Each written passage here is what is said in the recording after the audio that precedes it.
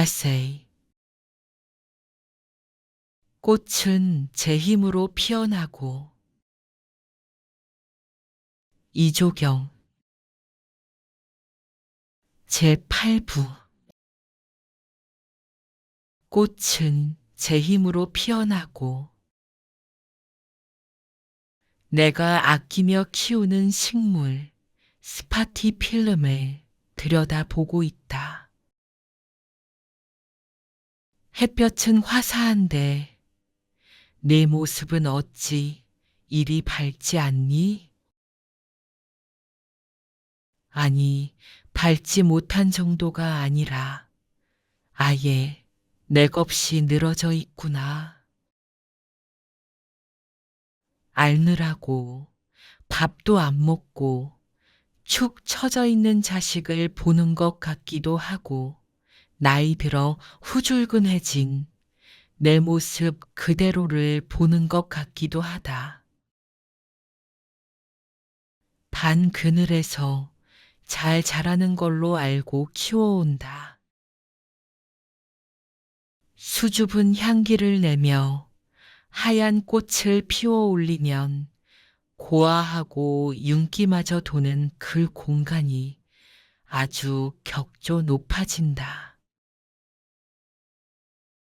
흰색 비단 옷을 입은 피 없이 고운 아가씨가 와 있는 느낌이다. 그런데 변고가 생겼다. 무슨 일인지 한동안 꽃을 안 피워 올린다. 물주기도 정성껏 음악도 틀어주고 들여다보며 너 오늘은 더 싱싱해 보여 라고 칭찬의 말도 건넸는데 꽃대가 올라오나 가끔씩 헤집어 보아도 잎사귀만 무성할 뿐 꽃대는 감감무소식이다. 기다리고 기다리다 화원에 물어봤다. 햇볕 가까운 곳으로 옮겨줘 보세요. 꽃이 잘 필 거예요. 당장 창가로 모셔다 놓았다. 그 옆자리에는 키가 더 크고 늠름하게 쭉 뻗어 오르고 있는 고참 산세베리아가 서 있다. 해가 잘 드는 밝은 자리로 옮겨놓고 크게 좋은 일 했다고 여긴 나는 기대에 차서 내일 인사를 건넸다. 기분이 어때? 밝고 바람도 잘 통하니 좋지? 그런데 그게 아니었다. 단 며칠 만에 화초잎들은 늘어지기 시작했다. 거부에 몸짓인 것을 몰랐다. 미련하게도 기껏 한다는 게 햇볕에 수분 증발이 빨리 되니 목이 마른가 보다고 좋을 대로 해석하며 물을 듬뿍 주었다. 하지만 웬걸 물을 주어도 처진 잎들이 일어서질 않는다. 말 못하는 아이가 울고 보채면 영문을 몰라 쩔쩔 매던 때 같다. 이러고 2주째가 되자 이젠 아예 중심을 못 잡고 쓰러지려고 한다. 속으로 짐작을 해봤다. 아마 옆에 서 있는 저보다 키도 큰 산세베리아가 텃세를 하나 보네. 당차게 견뎌내. 기죽지 말고 어서 꽃대 하나 올려봐. 응원을 해도 소용없다. 가엾어서 보기가 딱했다.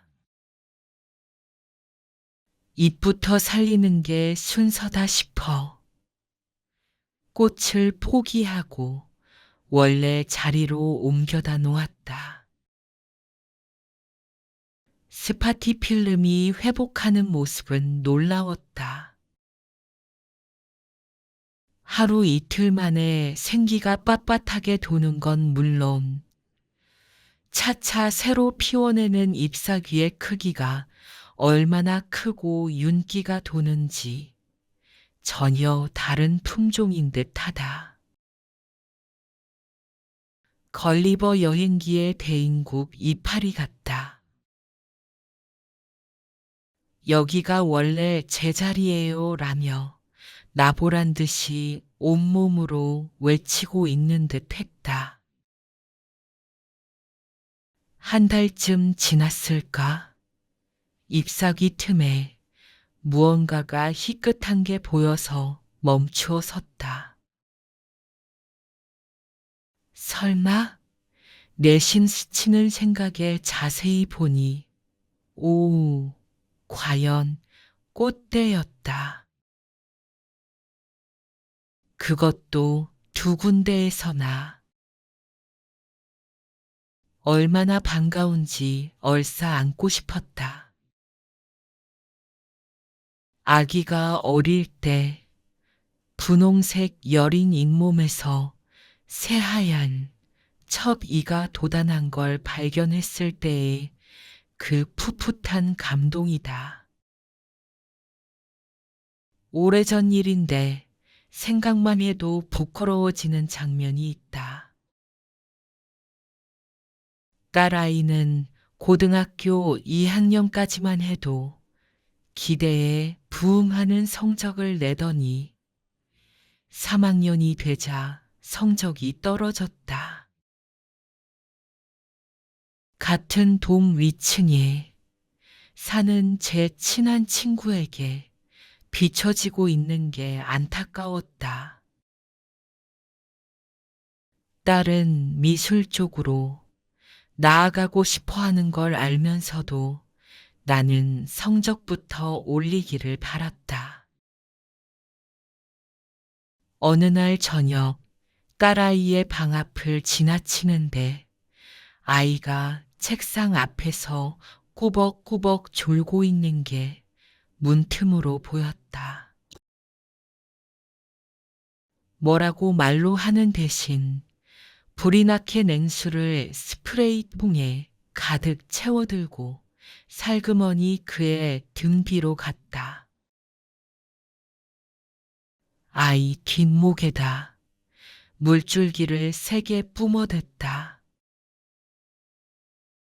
장난을 가장한 아이의 잠을 깨워 공부하라고 퇴근하려는 심보였다. 순간 휘!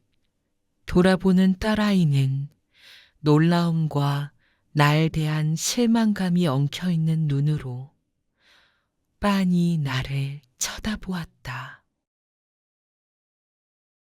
그러고는 아무 말도 하지 않고 그냥 돌아앉았다.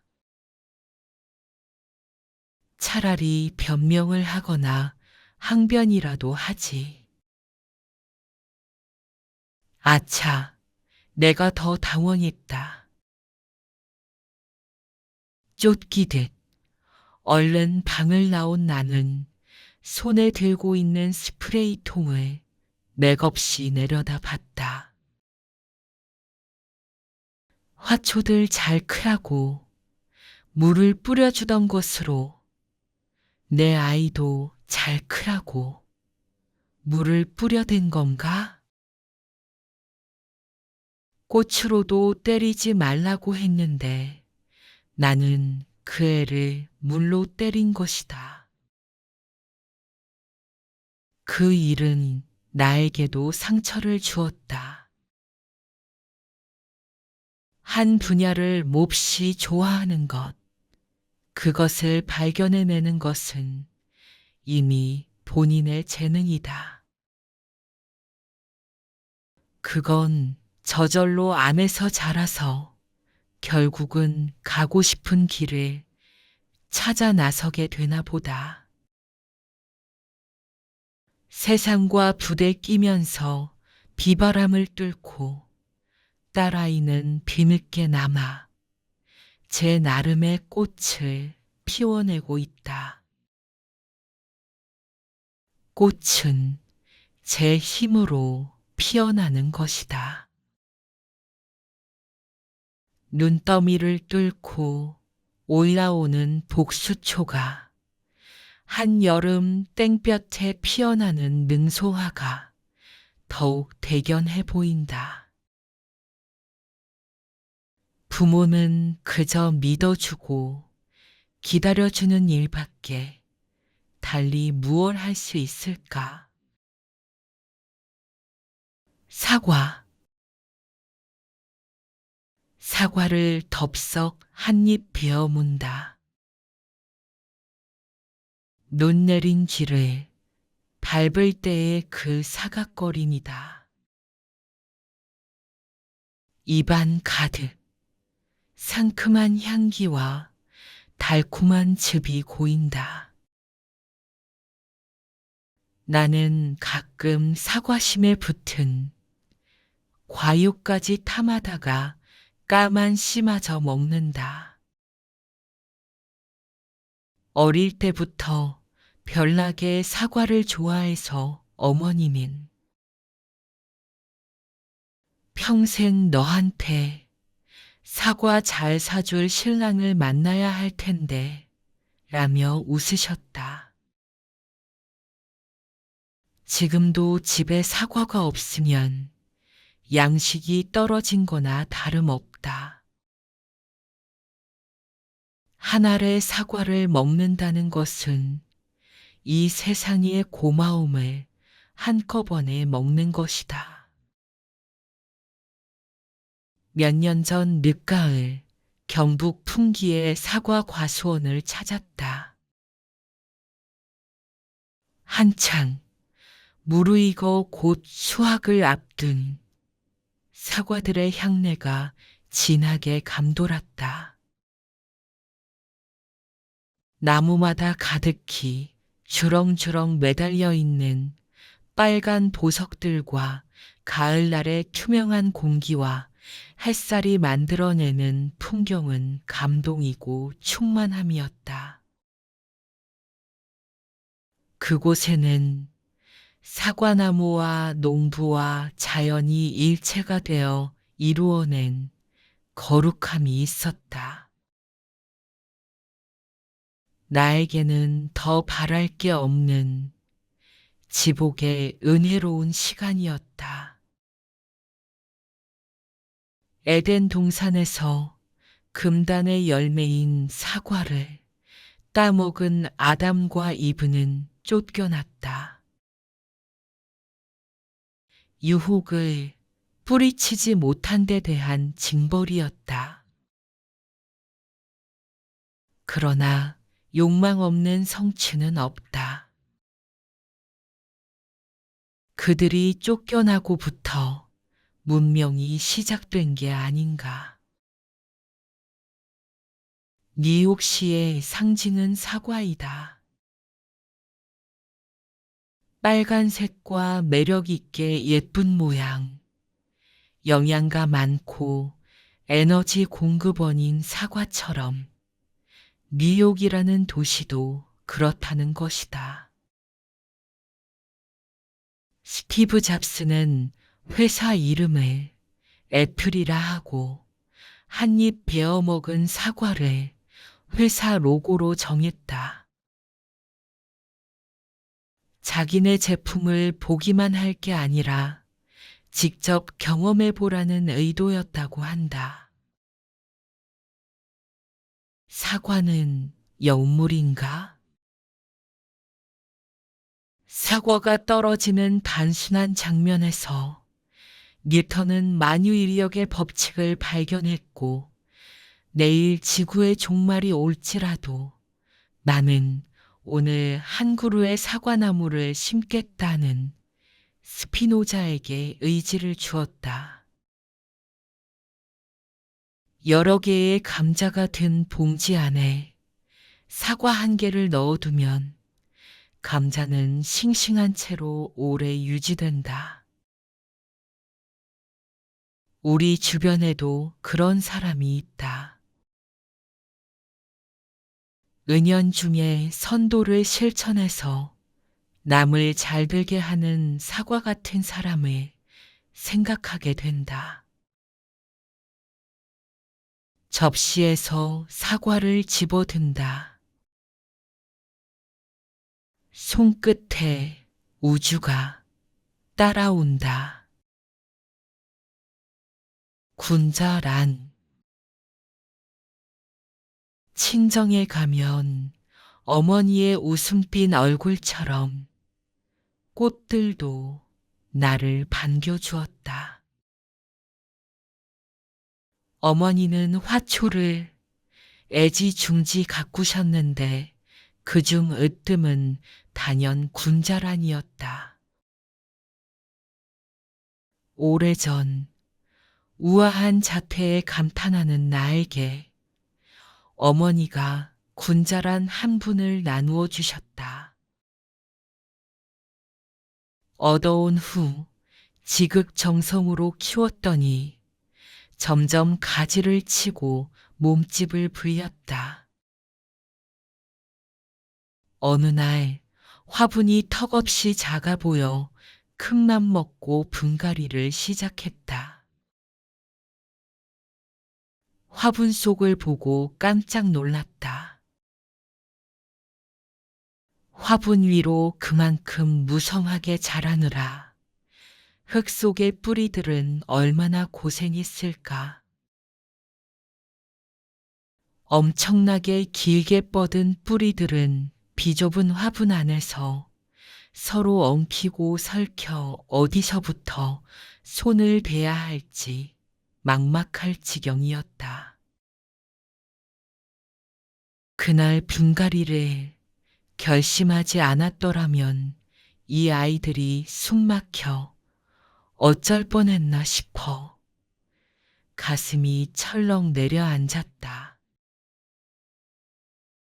포기대로 나누려니 기엉킨 뿌리가 서로 꽉 달라 붙어 좀처럼 떨어지지 않았다. 게다가 화분 안쪽 벽에는 찰싹 들러붙어 있어 여간 난감한 게 아니었다. 온갖 연장을 도문을 보아도 화분에서 뿌리들을 떼어내기란 쉽지 않았다. 화분을 안고 끙끙 대다 몇 번을 나동그라치기까지 했다.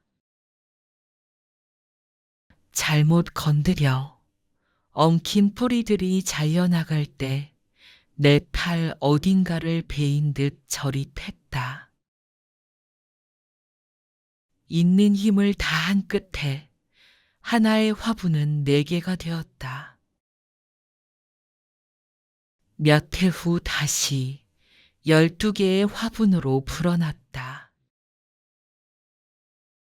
해마다 봄이 오면 집 화단의 일열 횡대로 늘어선 12개의 군자란에서 수십 송이 꽃이 일제히 피어난다. 노을빛, 주황색, 농담의 물결은 그야말로 장관이다. 다른 꽃들은 조연으로 물러나고 만다. 두어 달 동안 군자란의 도도한 꽃대에서는 위풍당당 행진곡이 울려 퍼진다. 연례 행사를 마치고 나면 꽃들은 내년을 기약하며 퇴장한다. 도톰하고 지푸른 잎사귀들은 1년 내내 양팔을 활짝 쳐들고 서 있다. 나쁜 기운은 얼씬도 말거라 라며 딸의 집을 지키는 어머니의 몸짓처럼 보인다. 꽃과 잎사귀는 화분 속 뿌리의 강인한 인내와 수고 위에서 뻗어 나가고 있다. 어머니가 평생 우리를 그렇게 키워왔듯이 말이다. 내 작은 화단의 중심을 이루는 군자란 화분들을 보며 내 마음에 깊게 뿌리 내린 어머니를 생각한다. 오늘도 군자란과 나는 서로를 지켜본다. 책잔. 새벽의 민영 속에 일어나 책장 앞에 선다. 하루를 여는 나의 첫인사를 보낸다. 내 책장 하나 갖는 게 소원이던 때가 있었다. 한쪽 벽면 가득히 책장을 들여놓고 그 칸칸에 내가 좋아하는 책들을 꽉 차게 꽂아두기를 꿈꾸었다. 책장이 없을 때 나는 의지처 없는 유랑민의 심경이었다. 그때는 책 한 권 사기도 힘들었다. 시간이 지나 그 꿈이 이루어진 지도 한참 되었다. 내 책장에 버젓이 자리 잡은 책들이 가득하다. 책장 가족들과 고루 친해져서 문자향 석권기에 물들고 싶다. 책장은 작가 개개인이 지향하는 향상심의 응집처이다. 온갖 책들을 껴안고 서 있는 책장은 아직 어둠에 묻혀 누구의 무슨 제목의 책인지 드러내지 않는다. 날이 밝아오며 책등에 글자가 다 보이면 내용별로 끼리끼리 모여 있는 게 보인다. 그것은 편의상 위치의 배분일 뿐이고 책장으로서는 하나하나의 책에 대해 어떤 분별도 평가도 하지 않는다. 다만 책들에게 골고루 자리를 내어주고 있을 뿐이다. 부모가 자식들 모두에게 고루 사랑을 주듯이 책장 앞에 서면 나는 언제나 마음이 숙연해진다. 여기에는 내 의식 세계의 자양분이 고스란히 들어있다. 책장을 바라보면 뿌듯해진다. 나에게 꿈을 주고 내 성장을 도와줄 책들이 제각기 자리 잡고 나를 위해 대기하고 있어서다. 그러다가 아직껏 인사도 채 나누지 못한 책이 눈에 들어오면 나의 게으름과 부족함에 꾸짖는 목소리가 들려온다. 책장 앞에서 나는 영원히 학생이다. 신압으로 책장이 점점 비좁아진다. 가족이 점점 불어나더니 이제는 어쩔 수 없이 이산의 위기에 처했다. 누구는 그대로 두고 누구는 내어 보내야 하나 어디로 입양을 보내야 하나 보통 고민이 아니다. 언젠가 선배들과의 모임에서 이 일이 화제가 되었다. 어렵게 모아온 사랑하던 책들을 떠나보내는 일은 가장 마음 아픈 일이라며 머리를 모아보자고 했다.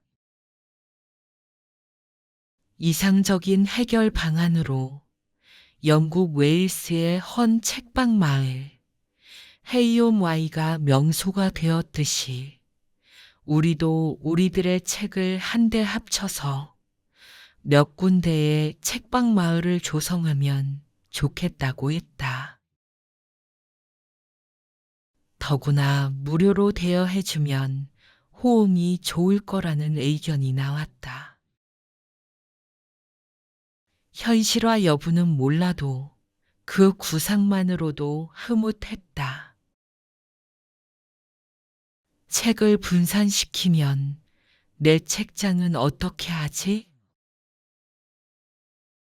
애지중지하는 책장의 생명도 내 곁에서 영원하지는 않다. 문득 그것이 나의 육신의 행방과 닿아 있다는데 생각이 미쳤다. 희망은 한 마리 새. 세상이 점점 혼돈스럽다. 다가올 상황에 두려움이 들이운다. 그걸 걷어낼 한 줄기 마력 같은 빛은 무엇일까? 판도라의 상자 안에 그대로 남겨진 희망을 떠올린다. 그러게, 우리는 어떤 고난에도 끝까지 희망을 붙들 수 있다. 아기가 젖을 빨듯이 우리는 희망이라는 젖줄에 닿아서 내 안에 생명력을 붙들어야 한다. 아기가 태어나자마자 젖을 빨 줄 아는 것은 본능의 힘이다. 우리는 그 본래의 생기로 자생할 수 있다. 톨스토이는 사람은 무엇으로 사는가? 라는 단편에서 그것을 사랑이라고 보았다. 물론 세상살이에서 사랑은 세상의 물이요. 공기이다. 나에게 당신은 무엇으로 사는가? 라고 묻는다면 희망이라고 답하겠다. 톨스토이가 말한 사랑은 사람과의 관계에서 필요한 것이고 개개인을 일으켜 세우는 것은 희망이다. 희망 없는 삶이 얼마나 무기력한가. 역경 앞에서라도 좌절하기보다는 너는 일어날 수 있어. 너를 믿어봐. 내 삶의 주인은 너야. 라는 희망의 목소리에 귀를 기울여야 한다. 미국 시인 에밀리 디킨스는 시 희망은 한 마리 새에서 희망을 노래한다. 영혼 위에 걸터 앉아 가사 없는 곡조를 노래하며 그칠 줄을 모른다. 모진 바람 속에서 더욱 달콤한 소리, 아무리 심한 폭풍도 많은 이의 가슴 따뜻이 보듬는 그 작은 새의 노래 멈추지 못하리. 나는 그 소리를 아주 추운 땅에서도 아주 낯선 바다에서도 들었다. 허나 아무리 절박해도 그건 내게 빵 한 조각 청하지 않았다.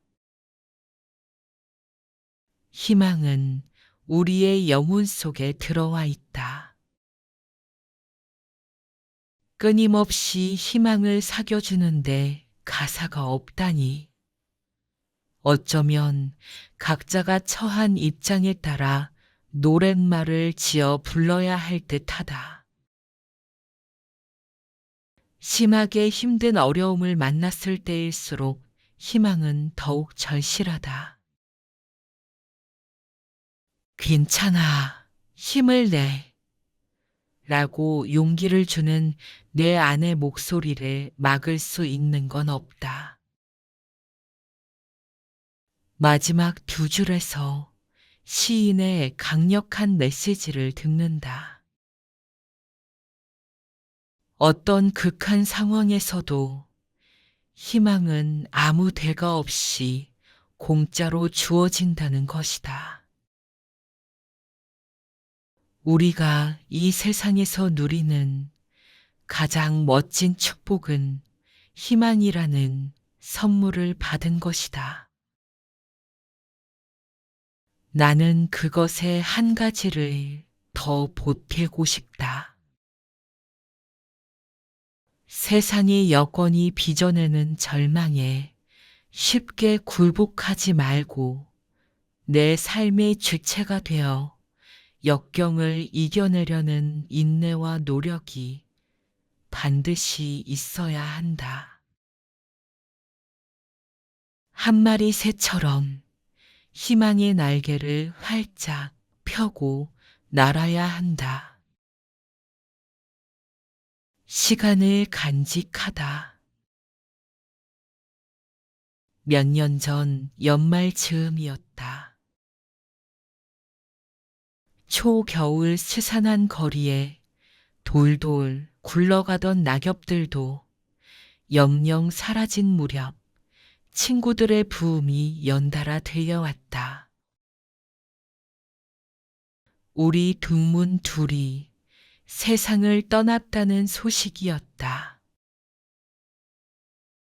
한 사람은 수재형으로 우리 중 유일하게 모교 교수를 지냈고, 다른 한 사람은 운동선수만큼이나 튼튼해 보이던 친구였다. 그 무렵이었다. 매일 일기를 쓰기 시작한 것이었다. 저무는 한 해를 돌아보며 사람의 일생을 생각하며 회심을 풀어놓던 노트가 시나브로 일기장이 되었다. 지금까지 5년여 동안 매일 하루 한 페이지씩 써온 노트가 8권째다. 물론 살아오는 동안 일기를 가끔 쓰기는 했어도 이번처럼 하루도 거르지 않고 써오기는 처음이다. 이제는 밥 먹듯이 습관이 되었다. 지금 마음 같아선 수저들 힘만 있으면 펜을 쥐고 쓰기를 계속하고 싶은데 모를 일이다. 이 세상에 장담할 건 아무것도 없지 않던가? 화장기 없는 맨 얼굴로 일기장과 마주한다. 나의 본래 모습을 고스란히 드러내는 자리, 감출 게 없고 남들의 뒷담화도 걱정 없다. 언로가 탄탄대로로 뚫려 있는 자유 발언의 이 광장은 나의 즐겨찾기 공간으로 안성맞춤이다. 아침마다 제일 먼저 일기장을 펼쳐 몇 년, 몇 월, 며칠, 요일을 꼭꼭 힘주어 써놓는다. 그런다고 시간이 늘어나지 않겠지만 진하게 공들여 살겠다는 다짐으로 정성 들여 반듯한 정자라야 된다. 매일 달라지는 날짜, 요일 앞에서 잠시 기도한다. 오늘 이 새로운 하루, 감사한 선물로 받습니다. 이 의식을 치르고 서야 하루 일상을 시작한다. 아침에 몇 줄 써놓는 말은 하루에 대한 계획, 포부이다. 낮 시간에 틈틈이 쓰는 말은 잊지 않으려고. 저녁에는 하루를 마친 나에게 말 걸기이다. 잘 지낸 거니? 수고로운 시간 보낸 나를 보듬어 준다.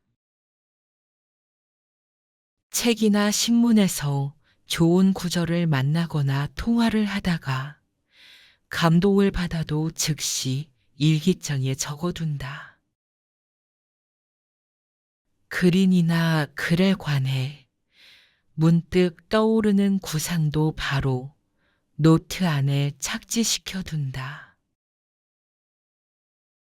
TV를 보다가 듣는 건강정보나 종교계 분들의 가르침도 잊을세라 모셔온다. 내 일기장이 성소이고 강의실이다. 때로는 고해성사를 바치는 밀실도 된다. 일기장은 무한 복원력을 가졌다. 몇 번이고 되풀이해 볼 수 있으니 인생을 여러 번 살 수 있다는 기분마저 든다. 적혀진 귀한 말들을 다시 접할 수 있고 남이 해준 고마운 말, 조언도 되풀이 들으며 감사함에 젖는다. 운 좋게 달라이 라마의 법문을 텔레비전에서 듣고 적어두었다. 풀 한 포기에 경배하라. 난의 삶에 눈뜨라. 내가 받은 모든 것은 이 세상에 돌리라고 회향하라고 주어졌다. 적어두지 않았더라면 이렇게 기억해낼 리가 없다.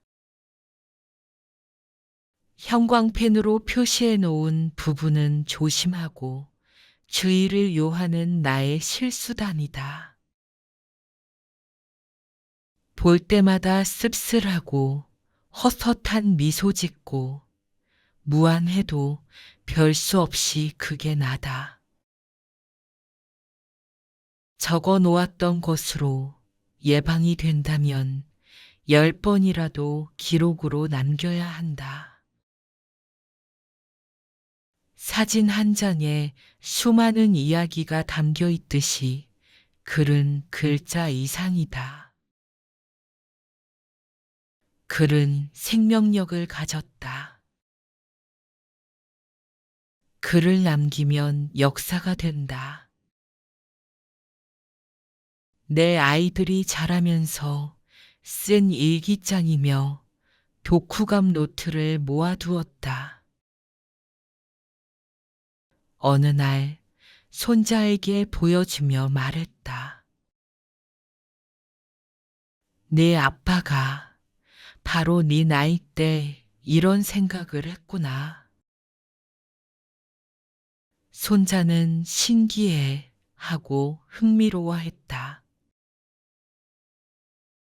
아들도 제 어린 시절을 떠올리고 추억의 얘기거리를 즐거워했다. 만일 지금 우리 부모님 살아계실 때 써두셨던 일기장이 남아있다면 얼마나 반갑고 감회가 깊을까? 그 필적만 보고도 부모님 손길이 느껴지고 인간적인 이해가 더해져서 가슴 미어지게 그리울 게다. 훗날 내 아들, 딸이 나를 만날 수 있도록 이 일기장들을 남겨두려 한다. 내가 걸어간 삶의 발자국들에서 나라는 사람의 면모는 고스란히 드러날 것이다. 어릴 때 야단치고 벌 세우던 엄마도 별 수 없네 해도 그만이다. 저희들이 보아왔던 엄마로서의 모습만이 아니고 먼저 살다 간 인생 선배로서의 엄마를 새로이 온전히 알게 하고 싶다. 누가 말했나? 시간은 만인의 스승이다. 마침내는 그 제자들을 다 죽인다. 결국 인간은 태어나서 죽는다. 태어나는 그 어떤 존재에게도 시간은 유한하게 각기 다르게 주어진다. 눈에 보이지도 손에 잡히지도 않는 시간을 저장해두는 방법은 없다. 꼬박 일기 쓰기를 하며 이게 그 차선책은 되지 않을까 하는 생각이 든다. 지나온 시간은 흘러가 버린 게 아니고 일기 노트에 기록되어 있는 만큼 간직되어 있다고 느껴진다. 일기장이 늘어나면서 그 볼륨 안에 내 시간이 고여있기나 한 듯이 흐뭇하다. 다시 그 시간을 되살려낼 수는 없지만 적어도 내가 보낸 시간의 흔적을 기록해 놓은 것만큼 내 생명의 조각들을 붙들어 둔 셈 아닌가 싶다.